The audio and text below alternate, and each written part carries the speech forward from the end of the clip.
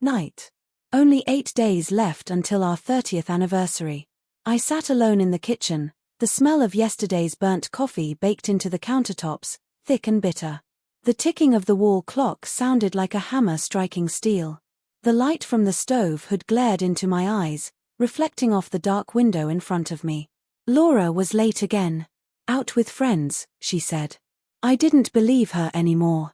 I picked up the book from her nightstand, memoirs of some retired detective she'd been obsessively reading all week. A heavy hardcover, its jacket cracked with age. Absent-mindedly, I ran my fingers along the edge of the pages. My hands, 40 years of construction engineering etched into every callus, felt something hard stuck inside the book. A card. I opened it. Not a note. Not a photo. A hotel keycard. White plastic, gold embossing. The silver crest in. And the cold shot straight down my spine. I knew that place. A discreet hotel off Route 89 used for fast, quiet meetings that married women never talk about. The book slipped from my hands, hitting the hardwood floor with a dull thud. The blue bookmark remained on page 214.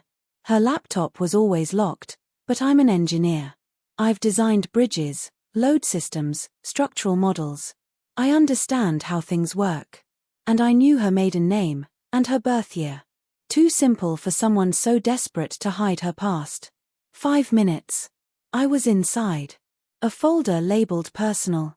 I had never intruded. Trust, foundation of everything. But the foundations tonight were cracked. Messages. Dozens. Michael.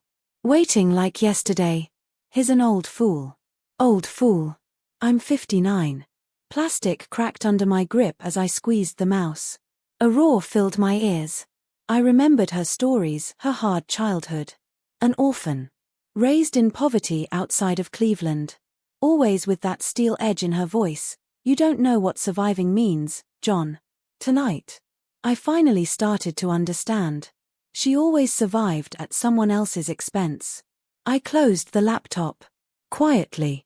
I stared at my hands, heavy, scarred hands that built this house, held our children, carried every weight a man can carry. Now they trembled. 7 days until the anniversary. I took a day off work. The silver crest in. I sat in my old Chevy pickup across the street. Inside, it smelled like gasoline and damp upholstery. Sleet hammered the roof, wipers groaning as they smeared grime across the windshield. They came out around noon. Laura, laughing, holding the arm of a polished man in his 40s. Expensive coat, confident stride. Michael. She fixed his collar. A gesture I'd seen 1,000 times. A gesture that used to belong to me. I slammed my fist on the steering wheel. The horn screamed through the empty side street. They turned. Laura saw the truck, saw me. Her smile froze. Turned to ice. Michael stiffened. I stepped out of the truck slowly, leaving the door open. Cold wind slapped my face. Sleet soaked through my jacket instantly. Laura, I said. My voice sounded hollow, not my own. She stepped back. John, what are you doing here? Michael moved in front of her. Is there a problem, old man? Old man. I stared straight into his eyes. Not at her, him. Every hour of the last 24, every ache, every humiliation, every year of my 59, condensed into that single look. I took one step toward him. Instinctively, he stepped back. Good. I went home alone. She texted later, we'll talk tonight. You misunderstood. Misunderstood. The apartment smelled of dust and her perfume, sickly sweet, suffocating. I threw the kitchen window open, letting freezing air hit my face, clearing it just enough to breathe. I sat in my old recliner and picked up the detective's memoir again. Page 214. The blue bookmark. I read. Really read. The retired detective described a case from 25 years ago. Cleveland. A brutal murder, local businessman, multiple stab wounds. Main suspect, his young girlfriend. Manipulative. Calculating. Using men for survival. Then she vanished with all his money. The detective wrote, she had one identifying mark, a small scar above her left eyebrow from a childhood burn. We never found her. I froze. My breath stopped. I went to the bedroom, opened the dresser drawer, pulled out our wedding photo, 30 years old. Laura, young, radiant. I grabbed the magnifying glass from my workbench, the one I used for blueprint details. I held it to her face in the photo. There it was. Even under makeup, even decades ago. A faint, pale scar. 6 days left. I went to the garage, my world. The smell of motor oil, cold metal, old rubber. A single bulb flickered to life overhead. In the back corner, under a top, were her old belongings. Things she never let me throw away. A worn plywood suitcase. I tore the top off, dust exploding into the air. The latch on the suitcase was weak. I didn't bother looking for a key. One hit from the crowbar. It snapped open. Inside, old clothes. A suffocating smell of mothballs. At the bottom, under a velvet dress I'd never seen before. A small wooden box. Inside, yellowed newspaper clippings. Cleveland murder. Wanted notices. And a passport. Old. Pre-digital. Different name. But the photo. Ha. She came home late, soaked, shivering, forcing a tired smile. John, we need to talk. The hotel was a mistake. I sat at the kitchen table. The memoir on one side. The wooden box and old passport on the other. She saw them.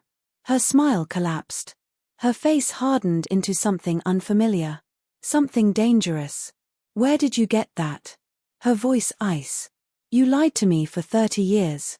You don't understand, she hissed. It was a long time ago. She reached toward the passport. I grabbed her wrist, firm, unshakable. Michael is nothing, she spat. But that, I nodded at the passport.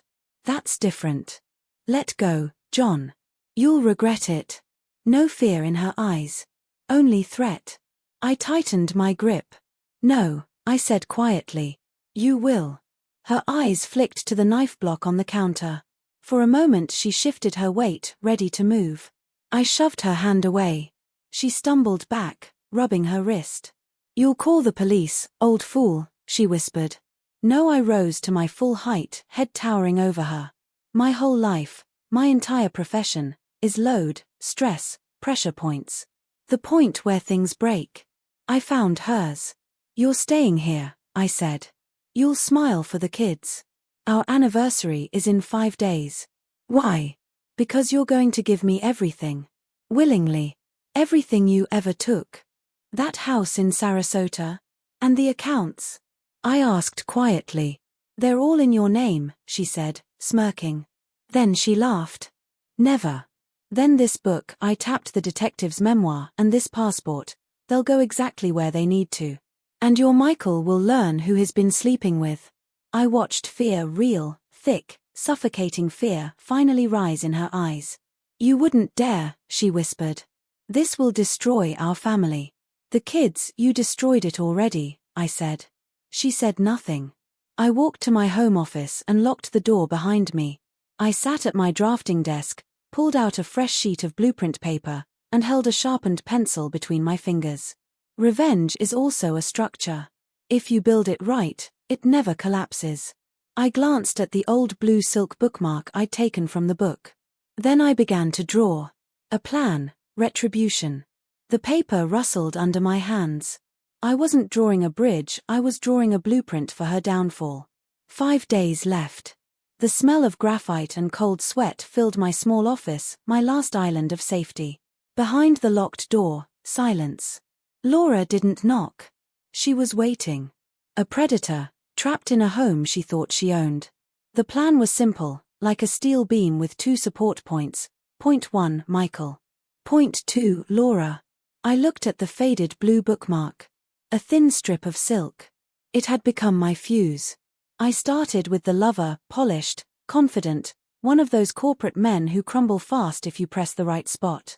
I was sitting again in my old Chevy across from his company building. Glass, steel, and a big shiny sign, Harrington Development. The truck smelled like gasoline and damp carpet. I waited. Engineers know how to wait. We understand stress limits.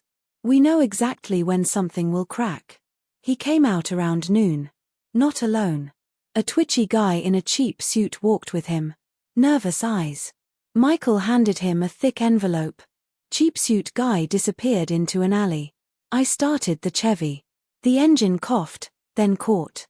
Michael wasn't just a lover, he was dirty. And dirt is a perfect lever. I wrote down the license plate number of his silver Mercedes in my pocket notebook, marking the page with the blue bookmark. Now it worked for me. I found him again in the underground parking garage beneath his fancy condo tower. 4 days until the anniversary. The cold air smelled like exhaust and wet concrete. Fluorescent lights buzzed above. I parked the truck sideways, blocking his exit. He stepped out of the elevator, saw me, saw my beat-up Chevy, and grimaced. "Move your junk, old man." He remembered me. I stepped out silently. My heavy work boots echoed against the concrete. "Clear the way." "I don't have time," he snapped. I walked right up to him. He was taller, but soft. Desk soft. "Cleveland. 25 years ago," I said quietly. He frowned as I pulled a photograph from my pocket, the copy from Laura's old passport, and set it on the hood of his Mercedes. "Ask her about Cleveland. And the scar." He looked at the picture. Then at me. Something shifted in his eyes, not annoyance, fear. "You're bluffing." "I'm an engineer," I said. "I don't bluff. I calculate." I got back in my truck and drove off. He stayed there, staring at the photo. He didn't follow. I knew what he'd do. He'd call her. Home was ice. 3 days left. We sat at the kitchen table, eating in silence. Our son called asking what he should get us for the anniversary. Laura lied so smoothly her voice sounded like honey. "Of course, sweetheart. We can't wait." She hung up. The clatter of her fork against the plate felt like metal scraping bone. Her perfume filled the room, but to me, it smelled like the mothball stench from that old suitcase. "John, we can talk about this," she said softly. Calm. Professional. Like a business meeting. I looked at her. "Adults don't kill people," I said quietly. She froze. Her fork slipped from her hand and hit the floor with a sharp metallic ring. She wasn't scared. No, she was angry. She realized I knew everything. "You can't prove anything," she whispered. "I don't need to prove it. I just need him to believe it." She stood abruptly. "You'll destroy the family over one old mistake?" "A mistake," I said, rising, "is miscalculating load bearing on a steel joint. This," I pointed at her, "this is murder."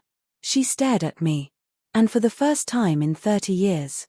I saw her, the cold, ruthless woman she used to be long before she took my name. I called an old friend, Miller. Once a supply manager on my first job site. Now head of security for a private firm. "Miller, hey. I need you to run a name for me. Michael Harrington." I gave him the plate number. An hour later he called back. His voice gravelly. "John, where the hell did you dig this guy up? Your Michael is building a shopping center on forged permits. Federal land. They'll nail him soon if someone pushes." I thanked him and hung up. I looked at my blueprint. The structure was taking shape. Michael was a rotten support beam. One precise hit would make the whole thing collapse. 2 days left. Night. The construction site. Edge of the city. The wind howled through the empty window frames of the unfinished mall. The place smelled of diesel and wet clay. Mud clung to my boots. Michael arrived alone, just like I told him to. He stepped out of his Mercedes, nervous, darting glances. "What do you want, old man?" "Money." He still couldn't remember my name. I stepped out from behind a concrete slab, wearing my old work coat. I smelled like metal and motor oil, my world. "You're sleeping with a killer," I said. "That's her past. Not mine." "Fine. Then let's talk about your present." I gestured at the construction site. "Federal land. Fake permits. Your jittery assistant." He went pale, paler than he had in the garage. "How do you—" "I'm an engineer," I said. "I see weak points." I stepped closer. He backed up, soft, trembling. "You'll lose everything," Michael. You'll go away for a long time. What do you want? He whispered. Good, I said. You'll help me destroy her. I returned to my office. One day left. For the first time in 40 years. I felt the weight lift. Not happiness, but emptiness. Cold, precise emptiness. The phone vibrated. Michael. I'm in. I'll do everything. I'll transfer my share in the Silvercrest into you. And I have files on her, on the money laundering. She used me to wash her cash. Your cash. The office door opened. I'd forgotten to lock it. Laura stood there, smiling. You think you're smart, John? In her hand, the detective's memoir. You really think you've calculated everything? She walked to the desk. Her perfume didn't smell sweet anymore. It smelled toxic. That detective who wrote this? She tapped the cover. He died 3 days ago. Heart attack. Her smile widened. She knew he had found her. She knew he was about to expose her. And she killed him. That smile, cold, dead on the face of the woman I lived with for 30 years. My office. My fortress. Suddenly felt suffocating. Smelled of dust and poison. One day. Our anniversary. Heart attack, she repeated slowly, savoring the words. She set the book on my blueprint right on top of the diagram of her downfall. He hadn't survived her. And I stared silently at the dust motes drifting through the lamp's glow. My pulse didn't quicken. It grew heavier. My heartbeat was slow and heavy, like a sledgehammer hitting the support beam of a bridge. For 40 years I'd been calculating structures for maximum load. For the first time in my life, I was looking at the limit with my own eyes. She thought this was checkmate. She thought she'd removed the only witness. So what now, John? She said, tracing a finger along the blue silk bookmark sticking out of the book. Your writer friend is dead. Your little papers from that suitcase? Dust. You've got nothing. She leaned down, her breath close to my face. You're an old fool, she whispered. I slowly lifted my eyes. I have Michael, I said. Her smile twitched. I stood up, rolling my shoulders back. Once again I was taller. You made a mistake, I said quietly. You bet everything on your lover. And he's a rotten support beam. I can see that. I'm an engineer. I walked out of the office, leaving her alone with the book. She didn't follow. Evening. Our anniversary celebration. The living room smelled like apple pie and roasted meat. Scents I used to love, now they suffocated me. The kids arrived, our son with his wife, the grandkids tumbling in with laughter and noise. Mom, Dad, congratulations. Laura was magnificent. She played her role flawlessly, laughing, hugging the grandkids, pouring our son a glass of brandy. To us, she said, raising her glass. To 30 years, John. Her eyes met mine above the rim of the crystal. Ice. And a command, smile. I smiled. I raised my own glass. Our son began his toast. You're my example, he said. A real family, solid, like a bridge, I finished for him. Laura laughed it off. I didn't. John, are you okay? My daughter-in-law asked. Heartburn, I said. You guys relax. I'll grab my meds from the garage. I left them there. Left her in the center of that fake celebration. Michael was waiting for me at a greasy little cafe attached to a gas station on the edge of town. Dim lights. Smell of burnt oil and cheap cigarettes. Rain hammered on the plastic roof. He sat in the corner, pale, hands shaking. He hadn't taken off his expensive coat. I sat across from him. Old man, he couldn't even form the sentence. She called me. Asked about you. She knows everything. She's going to kill me. She'll kill both of us. Give it to me, I said. He slid a thick envelope across the sticky table. It's all here, he whispered. Papers for the Silvercrest Inn. Her offshore accounts. He grabbed my sleeve. Take it. Just tell me what to do. She'll find me. You don't understand, she'll find me anywhere. Do what I told you, I said. Call the police yourself. Turn in that slick little assistant of yours. Turn in this whole construction project. Let them take you in. It's the only way you stay alive. She can't reach you in prison. He stared at me with wild eyes. You've lost your mind. She killed that detective, the one who was chasing her. 3 days ago.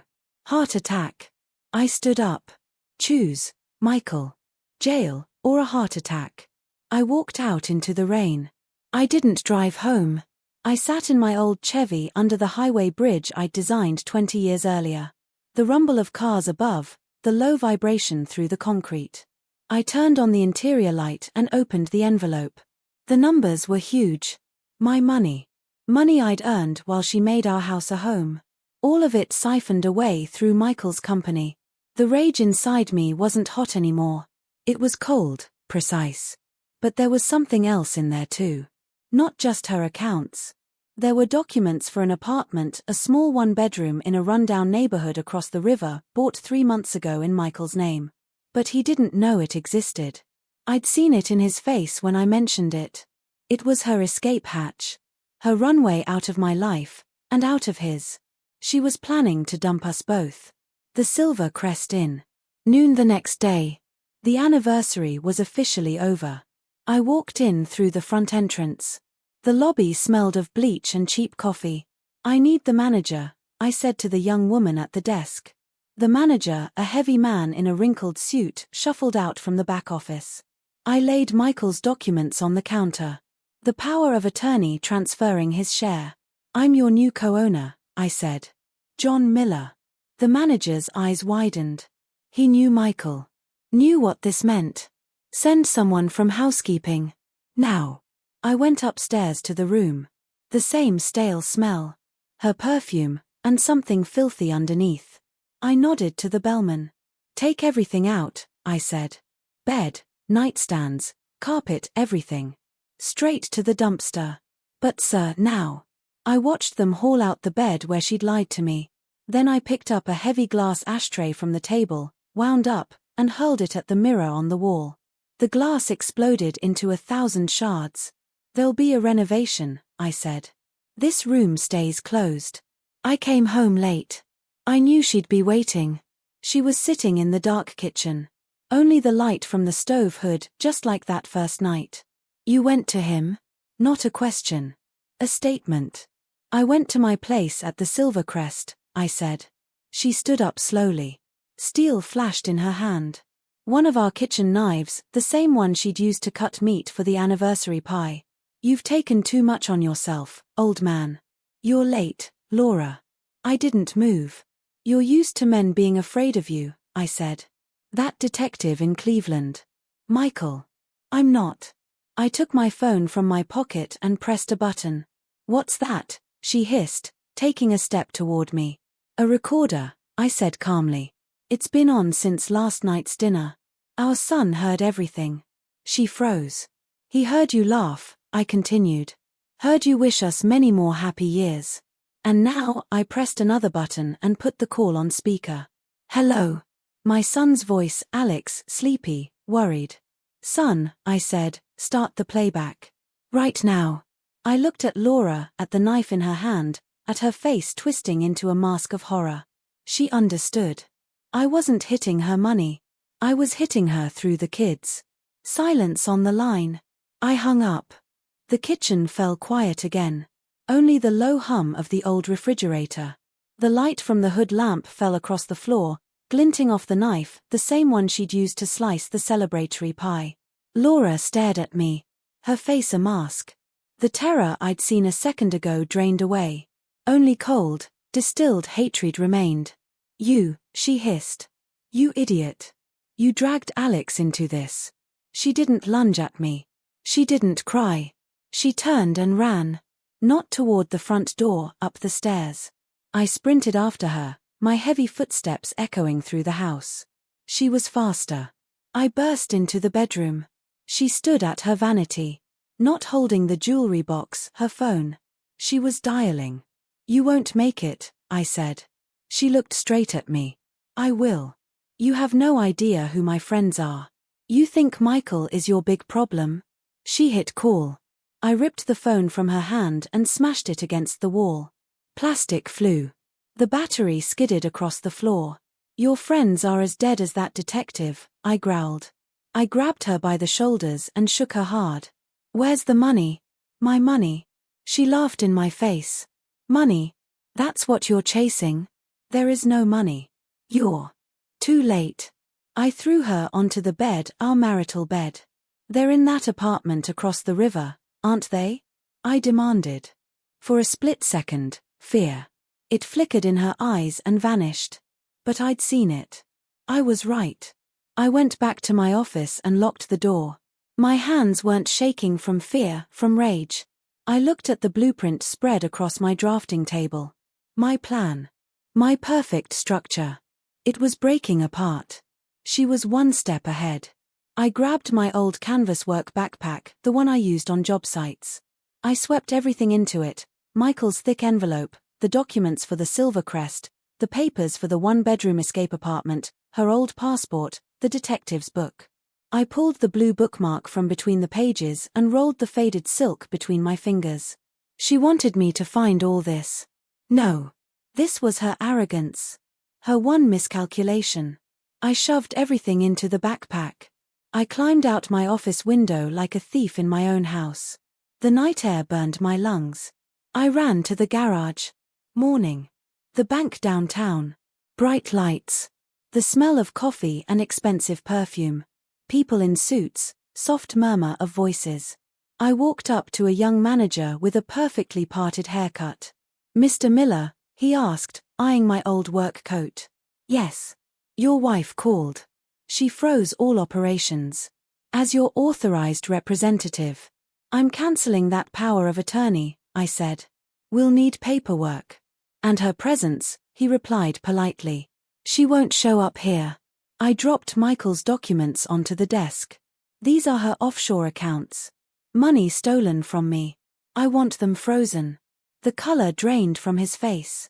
"That's above my authority." "Then get your boss," I said. "Now." Later, I sat in my Chevy by the river. The sky was low and gray. The water the color of lead. The truck smelled of damp and dust. My son sat in the passenger seat, staring out the windshield. He wouldn't look at me. "Dad, she called me last night," he said finally, voice hoarse. "She was crying. Said you'd lost your mind. That you threatened her. That you're mixed up with criminals." "And you?" I asked. "I heard the recording, Dad," he said quietly. "I heard her scream. I heard the knife. I slammed my palm against the steering wheel. I slammed my palm against the steering wheel." "Alex, we don't have time," I said. "She's not who you think she is." I opened my backpack and pulled out the old passport. "This is her. 25 years ago. Cleveland case. The murder."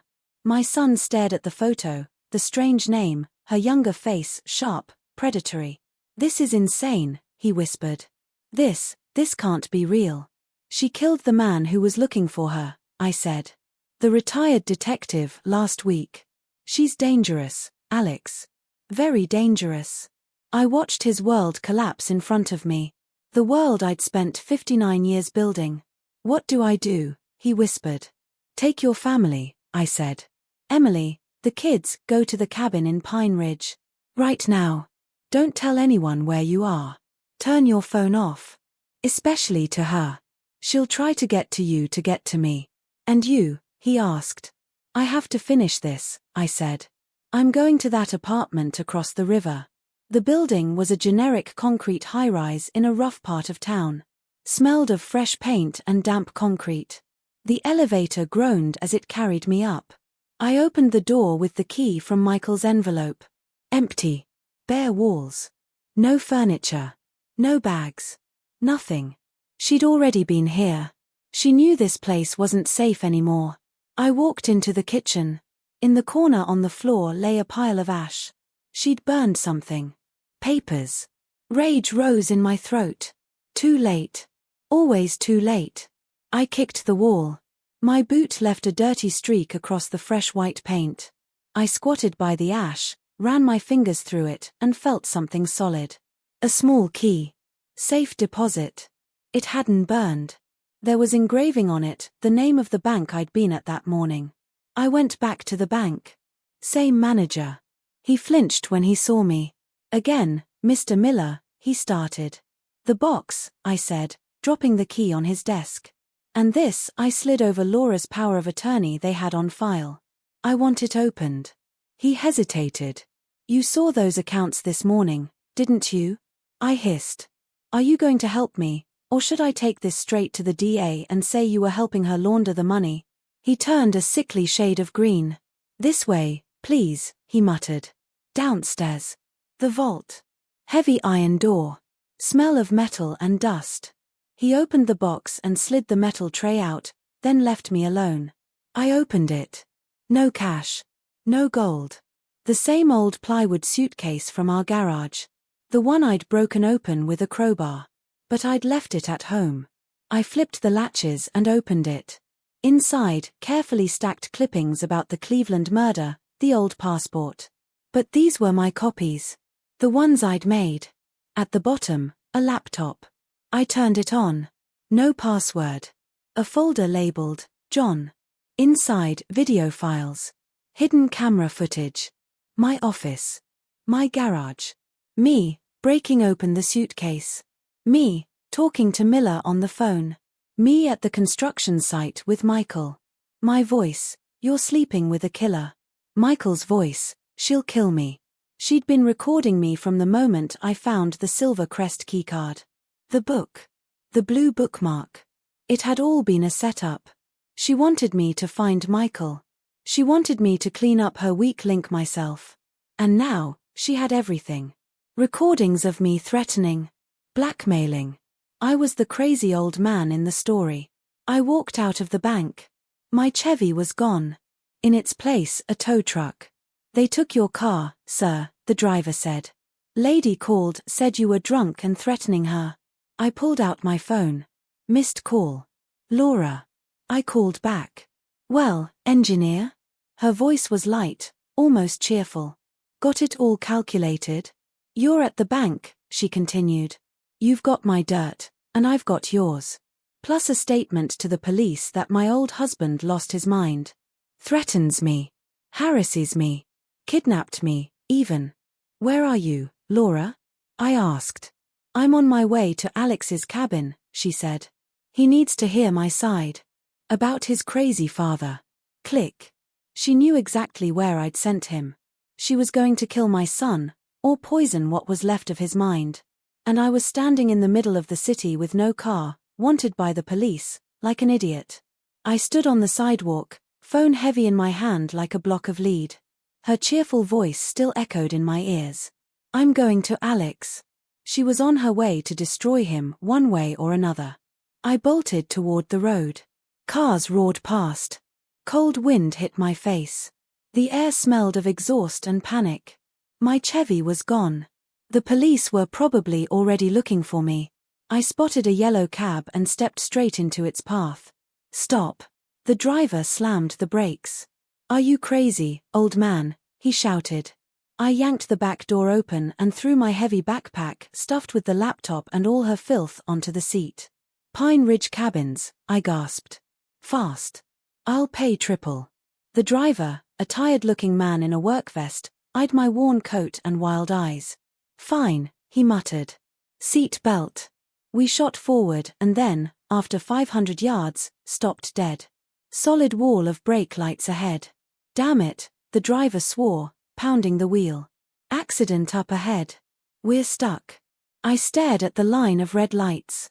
Every second was a drop of poison. I didn't have 80 minutes. I didn't have 20. She was almost there. How long to get out of the city? I asked. An hour, minimum, he said. If we're lucky. I pulled. We walked in. She was sitting across from a young detective, crying. He's lost his mind, she sobbed. He's obsessed. He came at me with a knife. Look on the detective's monitor, our kitchen. My face twisted with rage, the knife in frame, Laura backing away. Her edited masterpiece. There he is, she shrieked when she saw me. Arrest him. He's dangerous. The detective gave me a long, heavy look. Sir, take a seat, he said. Saturday. Miller stayed by the door, arms crossed.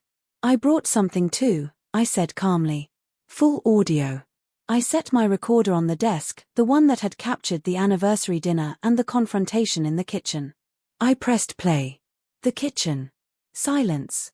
My voice. Alex heard everything. Her voice. You've taken too much on yourself, old man. The sound of the knife being pulled from the block. My voice. I'm not afraid. The detective frowned. And this is, he asked. This is the laptop, I said, sliding it forward. The one she kept in a bank box. Hidden camera footage she recorded in my home for weeks. I hit play. My office. My garage. Me. In my own house. Laura stopped crying. It's fake, she snapped. He's lying. It's your laptop, I said quietly. From your safe deposit box. You can check the fingerprints. Then I laid Michael's documents on the desk. These are her offshore accounts, I said. Money she took from me through Michael's company. The same company you're probably already investigating for fraud on that mall project. The detective looked at Laura. Then at me. Then at the stack of papers. So, he said slowly. Threats of murder on one side. And on the other, illegal recordings, large-scale fraud. He rubbed the bridge of his nose. Looks like we've got more than one report to file. I went home. For the first time in 30 years, the house was empty. Real empty. No voice. No perfume. Just the hum of the refrigerator. I walked into my office. My blueprint was still on the drafting table, the schematic of her downfall. I crumpled it and tossed it in the trash. Only one thing remained on the desk. The blue bookmark. Faded silk. The plan wasn't needed anymore. The structure had started to live a life of its own. I sat in my chair. I had won. But there was no triumph. Just silence. And cold. I had destroyed my family, to save it. I had demolished a bridge, to stop the rot from spreading. The phone rang. Alex. Dad, where are you? He asked. At home, son. They called Mom, he said. From the station. She's being called back in tomorrow. For something else. I'm home, I repeated. It's okay. Silence. What now? He asked. Now, Alex, I said, now we live differently. Morning. The bank. Same manager, paler and more polite than ever. Mr. Miller, yes, he said quickly. Based on the request from the police and the documents you provided, all powers of attorney under your wife's name are revoked. Her accounts are frozen pending investigation. I sank into the chair. I want my money moved back, I said. From those offshore accounts to my personal account. That may take time, he said. Procedures, approvals, you don't have time, I replied. Not anymore. Unless you want to be listed as an accomplice. He swallowed hard and nodded. I walked out. The snow had stopped. The winter sun was bright and cold, glinting off dirty slush. My phone rang again. Unknown number. Yes. I answered. John Miller. The voice was dry, official. Yes. This is Senior Detective Harris, he said. We received your evidence. We reviewed the video. We checked the accounts. But I have a question about something else. I'm listening, I said. You gave your son an old passport, he continued. Name, Elena Volkova. We ran it through the national database. It was reported lost 25 years ago. In Cleveland. I said nothing. We pulled the old file, he went on. The murder your late detective friend wrote about. I stopped walking. We compared the passport photo and the fingerprints from the laptop you submitted. He paused. They matched, Mr. Miller. My grip tightened on the phone. We've issued a warrant. Your wife is in custody, he said. On suspicion of murder. That wasn't what I wanted. I wanted to break her. Not bury her. The structure cracked somewhere I hadn't calculated. Chain reaction. I stood on the sidewalk, the phone cooling in my hand. They matched, Mr. Miller, the detective had said. Your wife is under arrest. The sun was bright. And merciless. It hit my eyes, flaring off the snow. People rushed past, laughing, arguing, checking their phones. Chain reaction. I had calculated the load on the supports. I hadn't accounted for the rotting soil beneath them. 25 years of decay. I wanted my money back. My house. My dignity. I didn't want to drag a dead man out of his grave, but he came anyway, and took her with him. I walked aimlessly. For the first time in 59 years, I didn't know where I was going. My house felt contaminated. My life a blueprint drowned in ink. I got into my Chevy. It still smelled like me, oil, metal, gasoline. Not her perfume. I drove not to the cabin, but to Emily's parents' place, a tidy little apartment in a quiet neighborhood that smelled of vanilla and baby soap. Alex opened the door. He was in a t-shirt and sweatpants, looking older than he had a week ago. "Dad, they arrested her," he said. I sat on a stranger's couch. He sat across from me. "For fraud. For the money." There was a hint of hope in his voice. "No, son," I said. I looked at my hands. The hands of a builder. And a destroyer. For the Cleveland murder. I watched the last little light go out in his eyes. He understood. It wasn't a mistake. It wasn't a setup. It was the end. He was silent for a long time. Emily peeked out from the kitchen, saw my face, and quietly disappeared back inside. Alex swallowed hard. "Is this what you wanted?" "I wanted justice," I said.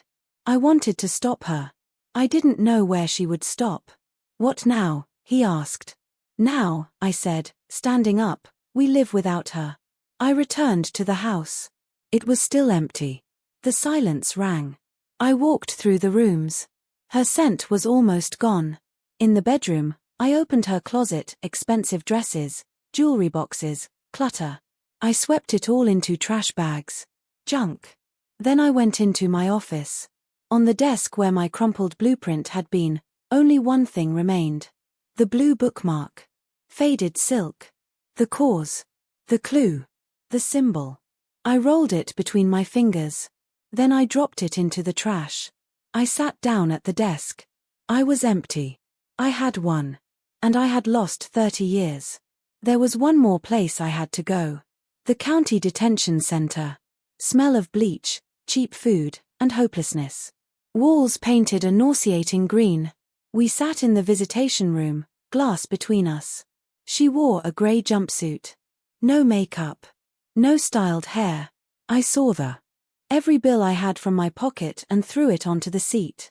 "That's enough," I said. I jumped out of the cab. "Hey, where are you going?" he shouted. I ran. Between lanes of cars. Horns blared. I cut through side streets, vaulted a low fence at a daycare, cut across a playground. Industrial zone. I knew every corner here. I'd worked on half these buildings. I'd taught Alex to ride his bike on these cracked sidewalks. He'd skinned his knees and I'd carried him home on my shoulders. Now I was running to save him again. Rusty fences. Smell of oil and rotting trash. Dogs barked hoarsely from behind the fence of a truck yard. I burst out onto the highway. Frozen air shredded my throat. Up ahead, at the turnoff toward the cabin road, I saw it, her dark red SUV. She'd beaten me here. Too late. Again. I stumbled onto the shoulder, waving my arms. A Mercedes roared past, splashing me with filthy snow. Then a heavy rumble, an old dump truck loaded with sand. It slowed. "Hey, old man, what's wrong?" the driver called down. "Help me," I gasped. "I need that road up to Pine Ridge.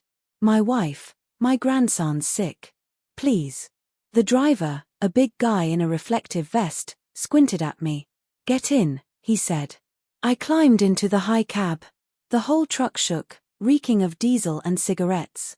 "There," I said, pointing. "Behind that red SUV." The truck roared, lumbering forward, engine straining. I saw her. Driving calmly. Slowly. Enjoying this. "Faster," I begged. We caught up with her at the gated entrance to the cabin community. She turned in. She never saw me, we were too high, too far back. "Stop. Here." The truck braked hard. I jumped down, nearly twisting my ankle. "Thank you," I shouted. Then I ran. The last stretch. Mud sucking at my boots. Crows screaming in the bare trees. The air smelled of pine and wood smoke. There it was, our place. Her SUV parked by the gate. The front door stood ajar. I burst inside. Alex. Silence. Smell of burning wood and tea. They were in the living room. Laura at the table, crying. Alex across from her, pale. Emily in the corner, clutching our grandson. Alex, he's lost his mind, Laura sobbed. He came at me with a knife last night. He threatened me. Look. She held up her phone. On the screen, a video of our kitchen. My face twisted with rage, Laura backing away. The scene with the knife, but the audio was edited. Only my voice remained. You'll regret this. Alex looked at me. In his eyes, fear and disgust. He's lying, Alex. Laura screamed. He's sick. He's going to kill us. I stopped. My breathing evened out. The running was over. The calculations began. You're lying, I said softly. I walked to the table, took off my backpack, and set it between us. You staged all of this, I said. The book. Michael. Now this. I pulled out the laptop and flipped it open. You showed him your movie, I said. Now look at mine. I clicked the first file. My office. Me breaking open the suitcase. Me calling Miller. Me at the construction site with Michael. My voice. You're sleeping with a killer. Michael's voice. She'll kill me. Alex watched the screen. His face hardened. Mom, what is this? He whispered. And this, I said. I took the old passport from the backpack and tossed it onto the table on top of the laptop. This is your mom's hard childhood, I said. Cleveland. The murder. Her other life. Alex picked up the passport, staring at the strange name, at her young, predatory face. He looked up at her. Mom, is this true? He asked. Laura's face changed. The mask fell away. Only cold, white rage remained. She saw it. She'd lost. I'll destroy you, she hissed. She didn't lunge at me. She lunged at the laptop. I grabbed her wrist, just like I had in the kitchen. Don't touch it, Mom. Alex's voice, quiet, but hard as steel. He stood between us. He had chosen. He had seen. The game had changed. Don't touch him, Mom, Alex repeated. The air in the cabin froze. Smell of pine tea, wood smoke, and the faint ozone of the running laptop. Laura slowly, very slowly lowered her hand. My grip on her wrist loosened. She looked at her son. Not like a son. Like a traitor. Alex, she said, her voice trembling not from tears, but fury. You believe him? This, senile old man? I believe what I see, Alex said. He nodded at the passport lying on the laptop. Who is this, Mom? Emily quietly led our grandson out of the room. She understood everything. It was another life. Laura screamed. I was defending myself. He would have killed me. Like you killed the detective? I asked, locking eyes with her. Alex flinched. What? He whispered. She told me herself, I said, not looking away from Laura. Heart attack, I repeated slowly. She got rid of the last person who was, she thought the detective was the last one who remembered. She thought she'd buried everything. Laura flinched. She looked to Alex, searching for support. All she found was a cold wall. I'm leaving, she said. Not us, I replied. You're leaving yourself. She grabbed her purse, her phone, the one with the edited video. You'll regret this, John, she said from the doorway. You think you've won? You just pulled the trigger. You destroyed everyone. She slammed the door. I stood there, breathing hard. Lock up. Don't open for anyone, I told Alex. Take Emily and the kids back to her parents, not my house. Not our house. Got it. Dad, where are you going? He asked. To finish the calculations, I said. I stepped out into the cold air. Her dark red SUV was already disappearing around the bend. I called Miller. He picked up on the first ring. Well, engineer, he said. Had your war? She's going to the police, I said. She's got a video where I threaten her. And you? He asked. I've got a video of her recording me, I said. I've got the old Cleveland passport. And I've got access to Michael's records. Good, his voice shifted, turning flat and professional. I had your Chevy pulled from impound. It's at my shop. You know where. Come over, but not by taxi. Too many cameras. I hitched a ride out to the industrial district in some beat-up sedan that smelled like wet dog and gasoline. Miller's office was a freezing metal warehouse on the edge of town, stinking of welding smoke and used oil. My Chevy sat off to the side, cleaned up, waiting. She's already there, he said without looking up from a stack of paperwork. My guys called. She's filing a report, threats to kill and all that. I set the laptop from the safe deposit box on the desk. This is what I've got, I said. Miller opened it, watched the footage. My garage. The construction site with Michael. The suitcase. Illegal surveillance, he nodded. That's already a charge for her. And this, I said, handing him the old passport. Cleveland. Miller turned it over, whistled softly. This is serious, John. This isn't just a nasty divorce. You sure? He asked. I'm sure she's dangerous, I said. I want to stop her. Take away her money. Her leverage. Then let's go, he said, pulling on his greasy jacket. Your turn, engineer. Let's see how your structure handles a real load. The police station smelled like cheap paint, sweat, and stale coffee. The sergeant at the glass window waved us down the hall without much interest. Real woman for the first time. She didn't look 55. She looked 70. She lifted her eyes to mine. Happy now, she rasped into the phone. I held up a folder and slid the documents through the slot beneath the glass. Divorce papers. And a full renunciation of any claim to our property. You're going to sign these, I said. She glanced at the papers. Why? She asked. I already have nothing. You took everything. You'll sign, I repeated. And if I don't? She tried to smile, the old predator smile, now cracked. Then everything about the inn and the money laundering goes fully public, I said. And that heart attack of the detective? I'm sure you had help. I can find them. She stared at me. You'll never get out, I finished. She picked up the pen and signed without looking. I hate you, she whispered. I know, I said. I set the phone down and walked out. Outside, wet snow fell, melting the moment it touched the asphalt. I wiped my face. It wasn't snow. I went to see Miller. Same warehouse. Same smell of welding and burnt oil. He was bent over an engine. Well, engineer, he said without looking up. Everything done? Everything, I said. I handed him a thick envelope. He wiped his hands on a rag, took it. What's this for? He frowned. We're friends. For the work, I said. For the cleanup. He held my gaze for a moment, then slipped the envelope away. Michael did time, he said. Fraud. Construction permits. Gave a full statement. Sentence reduced. He'll be out in a couple years. Alive. And broke. Good, I said. And you? Miller asked. Me? I said. There's an old bridge that needs repairs. 6 months later. I sold the house. Sold the Chevy. Sold my share in the Silvercrest Inn. I erased everything. I bought a small piece of land far from the city, by the river.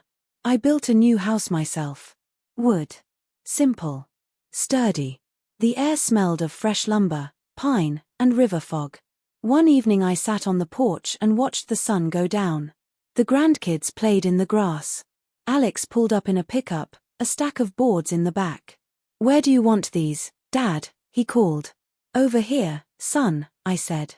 We worked side by side, hammers thudding in rhythm. We were building. I looked at my hands.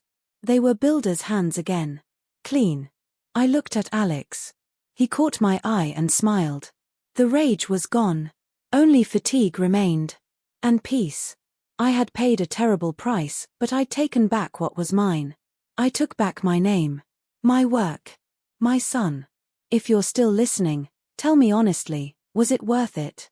Should I have gone all the way, knowing it would end with Laura behind bars? What would you have done in my place? Don't forget to subscribe so you don't miss the next story.